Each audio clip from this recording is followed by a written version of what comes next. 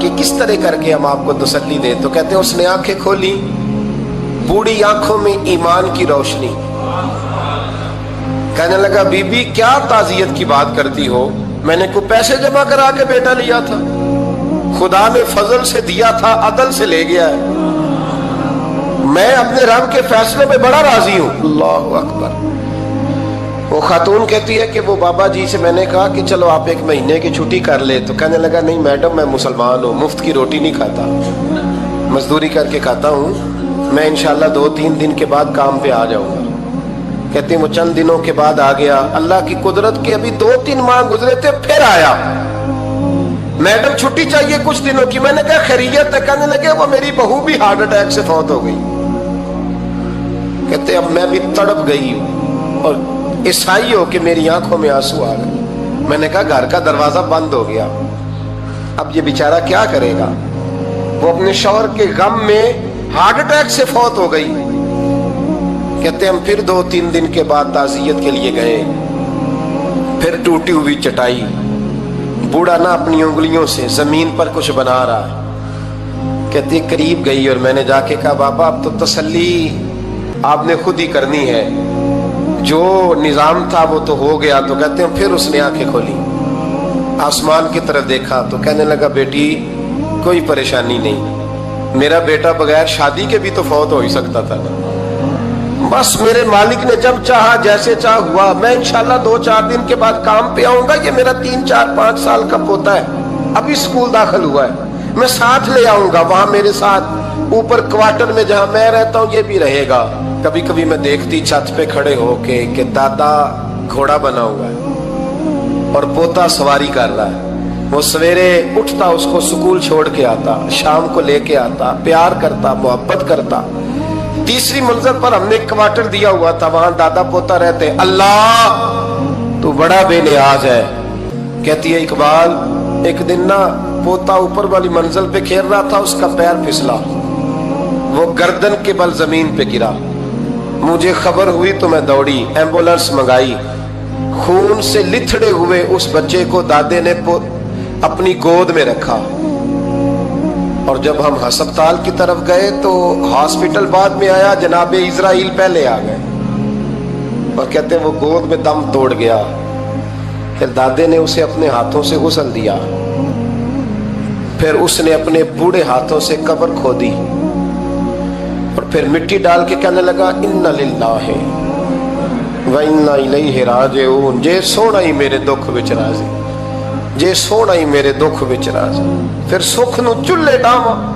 کہتے ہیں وہ مٹی ڈالی اس نے, اور جب وہ واپس پلٹا تو میں بازو سے تھام کے ہوٹل قریب لائی اور میں نے اس کے قریب کہا کہ بابا تو ٹوٹ گیا ہے, تو بکھر گیا ہے.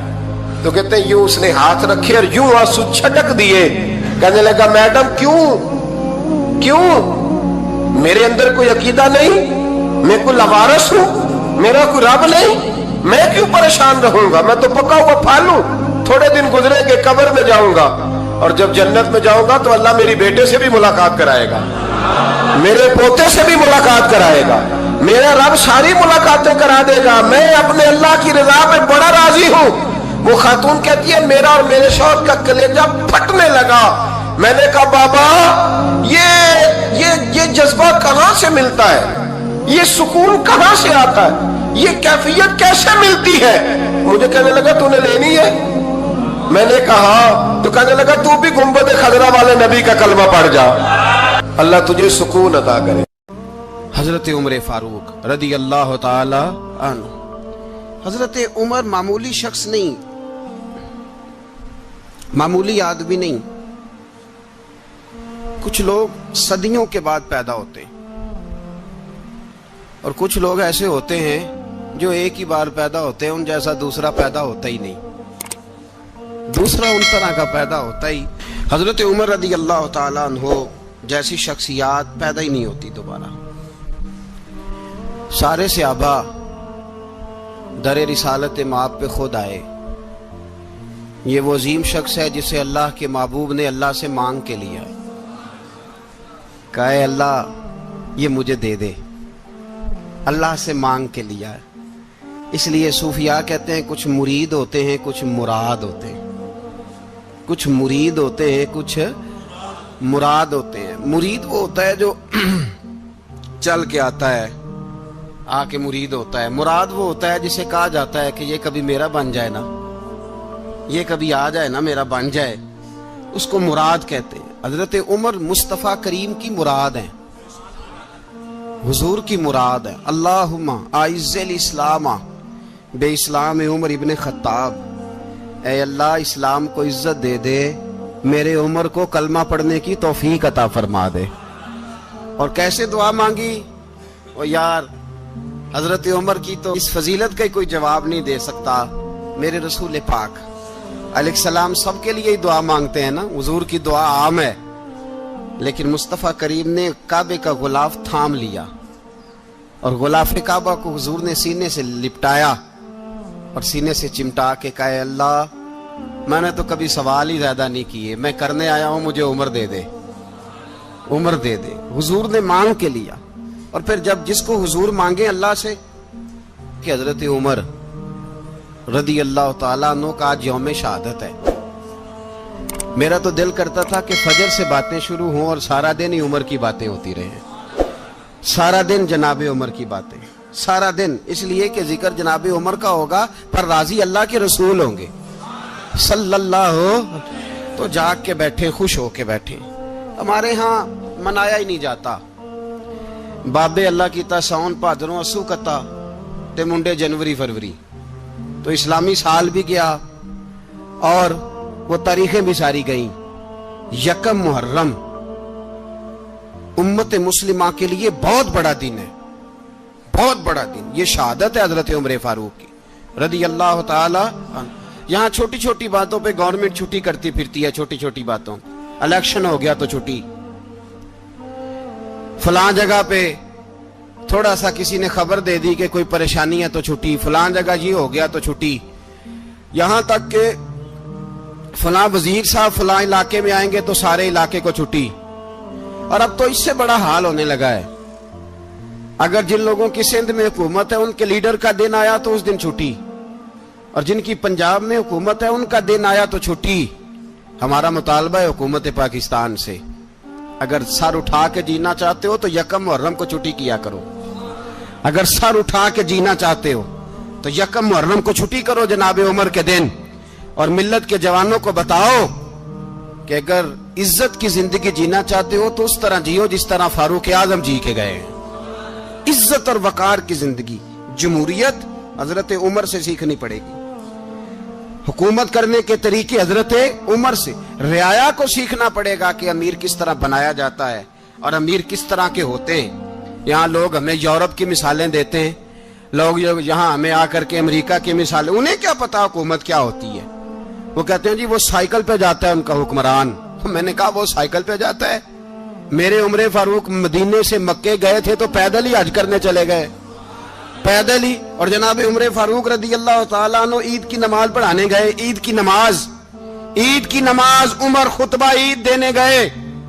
اور اس زمانے میں کون سا غریب ہے جو ننگے پاؤں جاتا ہو؟ کون سا غریب ہے جو مسجد ننگے پاؤں جاتا ہو؟ لوگوں نے تو 3 قسم کی چپلیں رکھی ہوئی ہیں، ایک مسجد جانے کی علیحدہ ہے، گھر پہننے کی علیحدہ ہے، شادی بیاہ پہ جانے کی چپل علیحدہ ہے۔ حضرت عمر فاروق رضی اللہ تعالیٰ عنہ نکلے عید کا خطبہ دینے کے لیے تو بیوی سے کہنے لگے جوتا، اس نے کہا صاحب اتنی دفعہ ٹوٹا ہے اب گانٹھا نہیں جا سکتا، اتنی دفعہ ٹوٹا ہے کہ اب دوبارہ پیمند نہیں لگ سکتے۔ تو حضرت عمر کہنے لگے چل کوئی حرج نہیں، بغیر جوتے کے ننگے پیر ہی چلتے ہیں، کوئی حرج نہیں۔ تو کہنے لگے لوگ کیا کہیں گے؟ فرمایا چپ کر، لوگ جس دن عمر نے یہ دیکھ لیا نا لوگ اس کے بارے میں کیا کہتے ہیں، اس دن عمر نہیں رہے گا۔ تو کہا پھر آپ کا نظریہ کیا ہے؟ فرمایا میرا نظریہ یہ ہے کہ رب رسول میرے بارے میں کیا کہتے ہیں، لوگوں کا کیا ہے؟ لوگ کل کسی کے بارے میں کچھ کہتے ہیں اور پرسوں کچھ کہتے ہیں، میرا نظریہ یہ ہے کہ رب رسول میرے بارے میں ننگے پیر عمر جا رہے ہیں۔ کون جی؟ میں بڑا ماڑا۔ اچھا جناب کیا غربت ہے؟ 10 قسم کے جوڑے لٹکے ہوئے ہیں کمرے میں اور پہننے کی فرصت نہیں، سویرے کیا پہننا ہے، شام کیا پہننا ہے، 15 سوٹ کٹھے استری ہو کے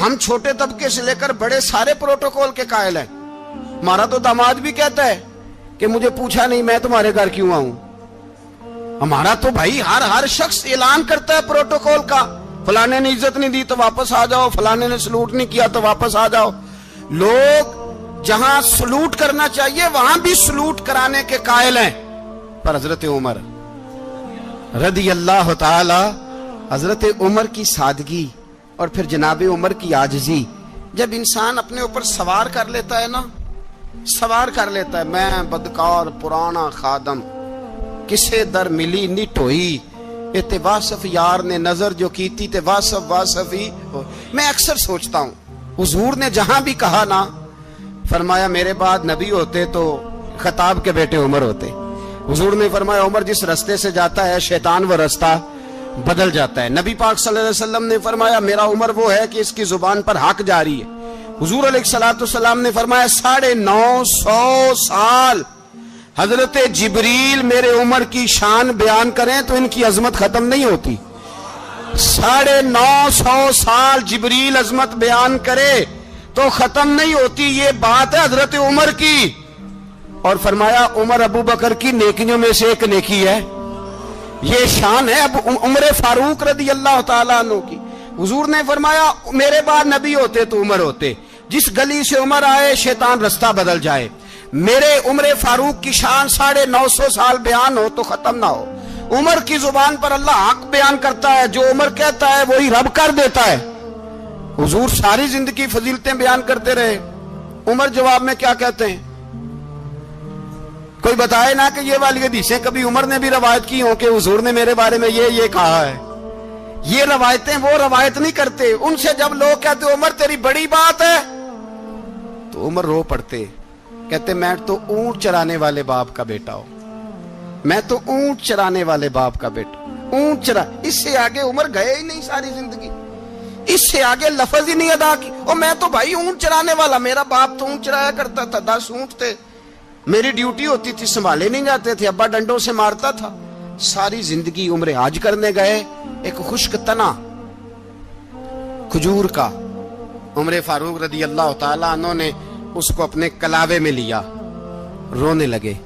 لوگوں نے کہا عمر کیا ہوا؟ فرمانے لگے یہاں میں اونٹ چرایا کرتا تھا, یہاں میں اونٹ چراتا تھا, 10 اونٹ سنبھالے نہیں جاتے تھے. دیکھو رسول اللہ کی شان, آج ساری امت چلانے کا طریقہ عطا فرما دیا ہے. ساری نظریے سے پیار. یار پیسہ کس کو برا لگتا ہے؟ آپ جس آدمی کی 50 کروڑ کی پراپرٹی ہے اس کو پوچھیں سب سے غریب, آپ کو وہی نظر آئے گا. وہ کہے گا میں ٹائٹ ہوں, حالات بڑے. میں کئی بار پوچھے انہوں نے, میں کہتا ترجمہ بھی 10 چھڑوں کی, ہمیں تو سمجھ نہیں آتی. اور ٹائٹ حالات کون سے ہوتے ہیں جی؟ جس آدمی کا کروڑوں میں کاروبار ہے نا, اس کو آپ چھیڑے وہ رونے لگ جائے گا, رونے. تو کئی میں نے ایسے دیکھے ہیں کرائے کا مکان ہے, ان سے پوچھے صاحب کیا حال ہے, تو کہتے ہیں جتنی اللہ نے شان والی زندگی ہمیں عطا کی ہے کسی کو نہیں دی ہوئی. اس کا مطلب ہے خوشی بھی یہی ہے اور غم بھی یہی ہے. اندر سے خوشی ہے, اندر سے ہی. تو نے اگر راضی رہنا ہے تو ادھر سے رہنا ہے, ناراض رہنا ہے تو بس اپنے آپ کو خوش رکھے گا تو ہو جائے گا.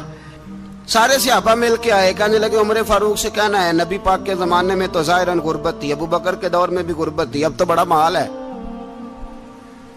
عمر سے سفارش کرو کہ عمر نیا کرتا پہنا کرے. ملکوں کے سفیر آتے, عمر وہی پھٹی پرانی چادر اوڑھ کے اور وہی کئی جگہ پہ پیوند لگے سوٹ پہن کے سفیروں کے سامنے بیٹھ جاتا ہے. عمر کو مشورہ دو, طے ہو گئی بات. سب نے جب مشورہ دے لیا تو سارے کہنے لگے یہ بتاؤ شیر کی مونچھ کو ہاتھ کون لگائے گا؟ کہنا کس نے ہے, بندہ بھی تو ڈھونڈو نا. نے کہا جناب میرا یہ خیال ہے کہ مولا علی شیر خدا کہیں گے, کیونکہ جس شخص کی عمر کو سب سے زیادہ حیا کرتے دیکھا وہ شیر خدا مولا علی ہے رضی اللہ تعالی. علی کہیں گے اس لیے کہ جناب علی تو کئی دفعہ جب گفتگو کرتے تھے تو حضرت عمر چپ کر جاتے تھے اور فرماتے تھے علی نہ ہوتا تو میں ہلاک ہو جاتا. تو کہا علی سے کہو. جناب علی شیر خدا کو بلایا, کس کام کے لیے جی؟ اللہ اکبر. یہ ذرا اپنے اس دور پہ اس بات کو ذرا لاکا جناب ان سے کہیں کہ زیادہ نہیں, ایک کرتا نیا پہن لے. سفیر آتے ہیں, وزیر آتے ہیں تو ایک کرتا نیا پہن لے. حضرت علی کو بلایا, آپ فرمانے لگے کوئی اور بات ہوتی تو میں کہہ دیتا, یہ والی میں نہیں کہہ سکتا. کوئی اور ہوتی تو میں عمر کو کئی دفعہ کہہ دیتا ہوں, جلال میں بھی تو سن, یہ والی میں نہیں کہہ سکتا. میں تمہیں ایک مشورہ دیتا ہوں. کہا وہ کیا؟ کہنے لگے سیدہ عائشہ صدیقہ سے کہو, وہ مومنوں کی ماں ہیں, عمر ٹالے گا نہیں. اماں جی سے جا کے کہا اماں جی نیا کرتا عمر سے کہیں پہن لیں, وزیر آتے ہیں بڑے بڑے لوگ, تو چلو کوئی عرض نہیں. اماں جی نے کہا اچھا کوئی بات نہیں, میں بلا لیتی ہوں. جناب عائشہ نے پیغام بھیجا. جب خادم نے کہا نا مصطفیٰ کے گھر سے پیغام آیا ہے, تو 20 لوگ بیٹھے تھے. عمر کانپتے ہوئے اٹھے, کانپتے دوڑے. حضرت عائشہ پردے میں تھی تو فرماتی ہیں عمر اتحیات کی حالت میں بیٹھ گئے. کہا اماں جی دیر تو نہیں ہو گئی مجھے آنے میں؟ کہا نہیں, ٹائم پہ آ گئے ہو. کس لیے بلایا تھا؟ کہا عمر دیکھو غربت کے معاملات اور ہوتے ہیں, جب اللہ آسانی دے تو کوئی چیز استعمال کرنا حرام نہیں ہوتی, اگر حرام ہے تو بتاؤ. کہا نہیں اماں جی حلال ہی ہے. تو فرمایا پھر اتنے سفیر آتے ہیں, مشیر آتے ہیں, اب تو مال غنیمت بڑا آتا ہے, ڈھیر لگ جاتے ہیں مسجد میں, تو چل ایک نیا کرتا تم بھی پہن لیا کرو, اور آپ نیا کرتا پہنو گے تو دھاک بیٹھے گی غیروں پر. تو صحابہ کا مشورہ ہے کہ آپ نیا لباس پہنے. اماں جی کہتی ہے میں نے حکم دیا تو عمر چپ کر گئے, گردن جھک گئی. تھوڑی دیر کے بعد سیدنا عمر فاروق نے سر اٹھایا تو داڑھی پہ آنسو گر رہے تھے, رو پڑے. کہنے لگے پاک محبوب کی پاک بیوی, جیسے حکم کرتی ہو میں حاضر ہوں, پر مجھے وہ والا لباس پہنانا جو میرے مصطفیٰ نے پسند فرمایا ہے. اگر یہ رنگ رسول پاک کا ہے تو میں حاضر ہوں, اور اگر نبی پاک کا نہیں تو پھر جیسے آپ حکم کریں. جناب عائشہ کہتے ہیں عمر روئے تو میں زیادہ روئی, میرا پلو بھیگ گیا آنسوؤں سے. میں نے کہا عمر آپ جائیے. عمر یوں نکلے تو جو صحابہ کھڑے تھے وہ کونے میں تھے, سارے آ گئے. کہا اماں جی کیا بناؤ؟ فرمایا بھائی تم سب جو باتیں کہتے ہو وہ اپنی جگہ ٹھیک ہیں, پر عمر جو بات کرتا ہے وہ سب سے زیادہ ٹھیک ہے. عمر جس پہلو پر بات کرتا ہے وہ, یار ایسی عاجزی, ایسا رنگ, ایسا انداز, ایسا طرز حیات, ایسی زندگی. اولاد کے معاملے میں لوگ بزدل ہو جاتے ہیں, بزدل. پر حضرت عمر کا بیٹا مصر گیا, وہاں سے کمائی کر کے لایا, تجارت کرنے گیا, لاکھوں کا مال. کون سا باپ ہے دنیا میں جس کا بیٹا باہر سے پیسے لے کے آئے تو ابا تفصیل پوچھے کہ بیٹا کہاں سے کمائے, کہاں سے لایا, کتنے ملے, کیوں آئے؟ کون سا باپ تفصیل پوچھتا ہے؟ ابا تو کہتا ہے لا صحیح, اور تعریفیں کرتا ہے میرا بیٹا بڑی کمائی کرتا ہے. کبھی پوچھا ہے اس سے کہ ڈیوٹی صحیح دیتا ہے کہ نہیں؟ کبھی پوچھا ہے کہ تو ایمانداری کی روزی لاتا ہے کہ حرام کی کماتا ہے؟ یہ باپ کی ذمہ داری ہے, یہ اماں کی ذمہ داری ہے. پھر کہتا ہے بیماری کیسے آ گئی, پریشانی کیسے آ گئی؟ تو نے کبھی سوال کیا اپنی اولاد سے؟ حضرت عمر فاروق رضی اللہ تعالیٰ عنہ کا بیٹا مصر سے پیسے کما کے لایا تو جناب عمر نے بلایا, فرمایا بیٹے اتنی تو تیرے پاس راس ہی نہیں تھی, تھوڑے سے تو پیسے لے کے گیا تھا, اتنی کمائی کیسے ہو گئی؟ اتنے تو پیسے نہیں تھے صاحب, کہاں سے کمائی لائے؟ اس نے کہا ابا جی وہ جو میرے چچا ہے نا مصر کے گورنر, آپ کے دوست, انہوں نے میری مدد کی ہے. فرمایا جتنے لوگ گئے تھے سب کی ہے مدد اس نے؟ کہا نہیں صرف میری کی. فرمایا تیری کیوں کی؟ تیری کیوں کی؟ کہا حضور آپ کے دوست ہیں. فرمایا چپ کر, حضور انہوں نے مجھے اتنے پیسے دیے, میں نے کاروبار میں ڈالے تو نفع آیا تو میں ان کی رقم دے کے. فرمایا خاموش ہو جا, باقی جتنے لوگ گئے تھے سب کی مدد کی اس نے؟ کہا نہیں حضور صرف میری کی. فرمایا اس نے تیری مدد نہیں کی, اس نے خلیفہ کے بیٹے کی مدد کی, اس لیے کہ وہ خلیفہ کو اپنے حق میں نرم کر سکے. فرمایا آدھا مال تیرا ہے, آدھا مال غنیمت کا ہے, مال خزانہ کا ہے, مسلمانوں کا ہے, اس لیے کہ تو جو وہاں سے مال کما کے لایا ہے وہ اپنے باپ کے خلیفہ ہونے کی وجہ سے کما کے لایا ہے, لہذا رکھ ادھر. یہاں کہتے ہیں کدھر سے آیا, کیسے آیا, کون سا حساب دیں, کیا کریں؟ او بھائی حضرت عمر رضی اللہ تعالیٰ عنہ کا اپنی اولاد کے بارے میں یہ رنگ ہے. ایک جنگ سے نا خوشبو آئی, خوشبو بڑی مہنگی ہوتی تھی, عرب میں خوشبو آج بھی بڑی مہنگی ہے, وہ زیادہ استعمال کرتے ہیں. میری باتوں کی سمجھ آ رہی ہے میرے بھائی؟ بڑی مہنگی خوشبو تھی. جب وہ خوشبو آئی تو حضرت عمر نے کہا, گھر میں پہلے پہنچی حضرت عمر کے, چونکہ زیادہ عورتیں استعمال کرتی تھی گھر کے اندر خوشبو, مرد بھی لگاتے تھے. حضرت عمر نے اپنی بیوی سے کہا, آپ کی زوجہ جو تھی وہ بڑی خوشبو کو پسند کرتی تھی. حضرت عمر نے اپنی زوجہ سے کہا کہ خوشبو لاؤ, میں نے ایک عورت کی ڈیوٹی لگائی ہے, وہ خوشبو تول کے نا تو حصہ برابر صحابہ میں بانٹ دے گی.